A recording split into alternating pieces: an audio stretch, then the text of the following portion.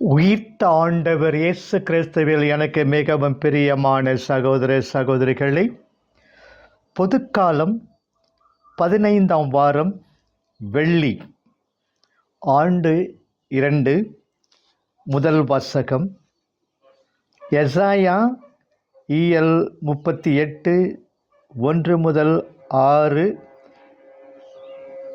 21 முதல் 22, 7, 8. எசேக்கியா யூதாவின் 12ஆம் அரசர், இறைப்பற்று உடையவன், சிலை வழிபாட்டை தகர்த்தெறிந்தவன். அசீரிய அரசன் யூதாவின் மீது படையெடுப்பதாக எழுதிய கடிதத்தை ஆண்டவரின் பீடத்தில் விரித்து வைத்து வர இருக்கும் ஆபத்திலிருந்து நாட்டை காக்க மன்றாடினான். அவனது மன்றாட்டு கேட்கப்பட்டது. நாளடைவில் அவன் மரணப்படுக்கையில் இருந்தான். மீண்டும் தன் உயிருக்காக மன்றாடினான். அந்த நிகழ்ச்சியே இன்றைய வாசகம். மரணப்படுக்கையில் அரசரின் மன்றாட்டு.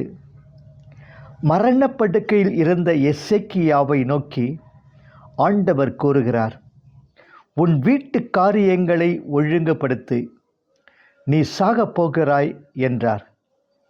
எசேக்கியா ஆண்டவரை நோக்கி, ஆண்டவரே, உமது முன்னிலையில் எவ்வாறு உண்மையோடும் முழு உள்ளத்தோடும் நடந்து வந்தேன் என்பதையும், உம் கண்களுக்கு நல்லதெனப்பட்டதையே செய்து வந்தேன் என்பதையும் நினைத்தருளும் என்று கெஞ்சி மன்றாடுகிறேன் என்று உருக்கத்துடன் வேண்டினான். அவனுக்கு மேலும் 15 ஆண்டுகள் அருளப்பட்டன. மரணம் பாவத்தின் கூலி. மண்ணால் உண்டாக்கப்பட்ட மனிதன் மண்ணுக்கே திரும்ப வேண்டும் என்பது நியதி. மரணத்திற்கு அஞ்சாதவர் இல்லை. மரணத்தில் என்னை மேற்கொண்டது என்கிறார் திருப்பாடல் ஆசிரியர் 55:4. ஆண்டவருக்கு அஞ்சி நடந்து அவரது விருப்பத்தை நிறைவேற்றிய எசேக்கியாவே மரணத்திற்கு அஞ்சினான். என் கதி என்னவாகும்? ஆண்டவர் அவனுக்கு மேலும் ஆயுள் அளித்தது அவன் தனது வாழ்வை சீர்படுத்தி புனிதமடையவே ஆகும். நமது ஆண்டவர் கூறிய உவமை இந்நிகழ்ச்சியை பிரதிபலிக்கிறது. காய்க்காத அத்திமரத்தை கண்ட தோட்டத்தின் முதலாளி அதை வெட்டி எரியும்படி தோட்டக்காரரிடம் கூறினான். அவனோ, ஐயா, இந்த ஆண்டும் இருக்கட்டும், கொத்தி எரிபோடுவேன், காய்த்தால் சரி, இல்லாவிட்டால் வெட்டிவிடலாம் என்று ஓராண்டு தவணை கேட்டான். லூக்கா 13:6-9. நமது வாழ்வின் ஒவ்வொரு நாளும் ஆண்டும் இறைவனால் நமக்கு அளிக்கப்பட்ட பிச்சை. இவ்வுலக வாழ்வு மறு உலக நித்திய வாழ்வுக்கு ஒரு தயாரிப்பு. என் ஆயுளும் நீடிக்கப்பட்டு அதை சீர்படுத்த வாய்ப்பு அளிக்கப்படுமா? கிறிஸ்துவின் மரணம். சாபக்கேடான மரணத்தை தழுவியே இயேசு மரணத்தை வென்றார். மரணமே நமது நித்திய வாழ்வின் வழியாகிறது. மனிதன் வழியாகவே சாவு உண்டானது போல் மனிதன் வழியாகவே மக்களுக்கு உயிர்ப்பும் வழங்கப்பட்டுள்ளது. ஆதாமில் அனைவரும் இறப்பது போல் கிறிஸ்துவில் எல்லோரும் உயிர் பெறுவர். காரணம், மரணத்தை வென்ற மாமன்னர் கிறிஸ்து அழிவுக்குரிய இவ்வுடல் அழியாமையையும் சாவுக்குரிய இவ்வுடல் சாகாமையையும் அணிந்து கொள்ளும்போது, சாவே உன் வெற்றி எங்கே, சாவே உன் கொடுக்கு எங்கே என்று இவ்வுடல் கேட்கும். 1 கொரிந்தியர் 15:54-55. திருமுழுக்கில் இயேசுவின் மரணத்திலும் உயிர்ப்பிலும் ஒன்றித்துள்ள நாம் பாவத்திற்கு இறந்தவர்களாய் அவரது உயிர்ப்பில் பங்கு பெற்றவர்களாய் புது வாழ்வுக்கு அழைக்கப்பட்டுள்ளோம். அவர் இறந்தார், பாவத்தை ஒழிக்க ஒரே ஒரு முறை இறந்தார். இப்போது அவர் வாழ்கிறார். அவர் கடவுளுக்காகவே வாழ்கிறார். அவ்வாறே நீங்களும் பாவ வாழ்க்கையை பொறுத்த மட்டில் இறந்தவர்கள். கிறிஸ்து இயேசுவோடு இணைந்து கடவுளுக்காகவே வாழ்கிறவர்கள் என்பதை எண்ணிக்கொள்ளுங்கள். ரோமையர் 6:10-11. நமது ஆண்டவரில் வாழ்பவன் மரணத்திற்கு அஞ்ச வேண்டியதில்லை. ஏனெனில் உயிர்த்தெழச் செய்பவனும் வாழ்வு தருபவனும் நானே.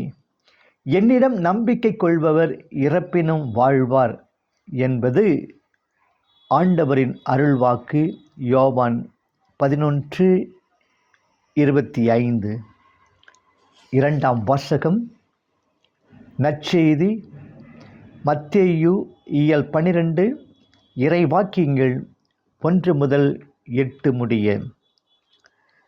சட்டங்களையும் சம்பிரதாயங்களும் சரிவர அனுசரிப்பவர்களே மீட்பு பெறுவர் என்பது மறைநூல் அறிஞர்கள் பரிசேயர்களின் போதனை.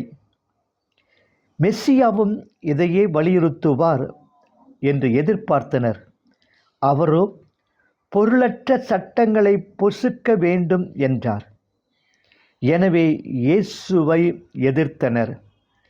அவரை ஒழித்துவிடவும் தீர்மானித்தனர். இதன் தொடக்கத்தை இன்றைய நற்செய்தி நவில்கிறது. சீடர்களின் செயல். சீடர்கள் ஓய்வு நாளன்று கதிர்களை கொய்து தின்றதால் அவர்கள் அப்புனித நாளை புறக்கணித்தனர் என்று பரிசேயர் அவர்கள் மேல் குற்றம் சாட்டினர்.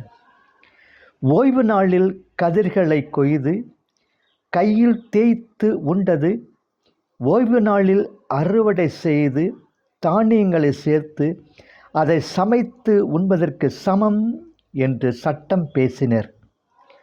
6 நாட்கள் நீ உன் வேலையை செய்வாய், 7ஆம் நாளிலோ ஓய்ந்திருப்பாய். விடுதலை பயணம் 24:12 என்ற இறைவன் கட்டளையை மீறியதற்காக குறை கூறினர்.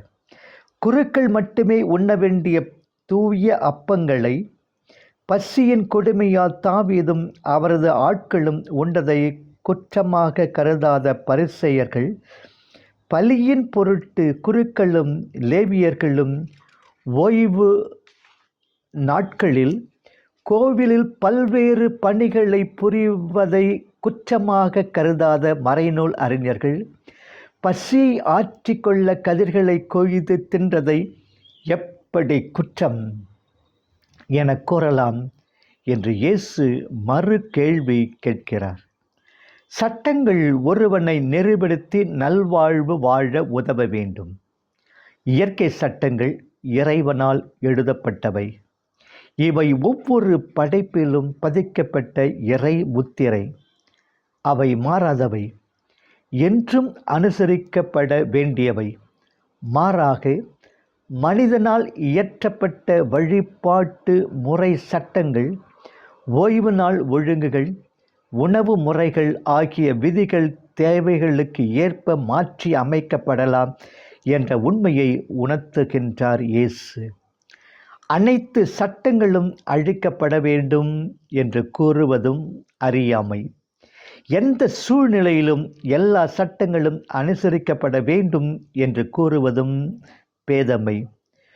கோடி தீர்த்தம் கலந்து குளித்து அவை ஆடினாலும் அரசனுக்கு அன்பு இல்லையேல் ஓடு நீரினை ஓட்டை குடத்து அட்டி மூடி வைத்திட்ட மூர்க்கனோடு ஒக்குமே என்று தேவாரம் பாடுகிறது. பலியன்று இரக்கம் தேவை.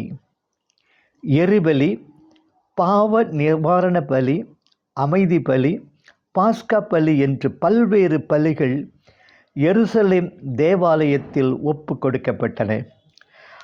நாளடைவில் அவை அனைத்தும் அவற்றின் உட்பொருளை இழந்தன.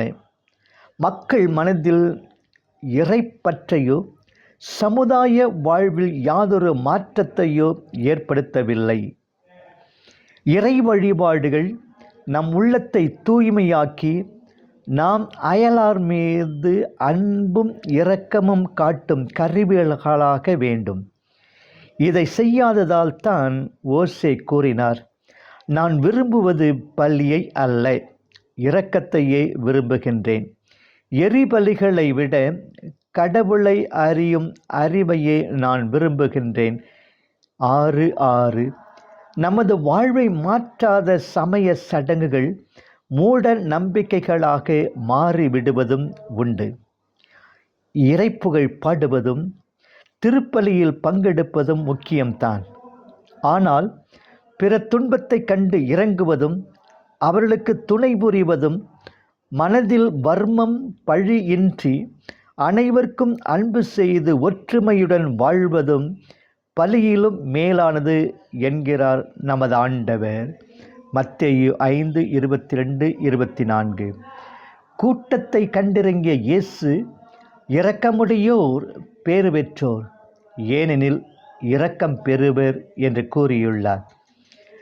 என்பு உருகி நெஞ்சம் இளகி கரைந்து கரைந்து அன்பு உருவாய் நிற்க அலைந்தேன் பராபரமே என்ற தாயுமானவர் பாடுகின்றார்.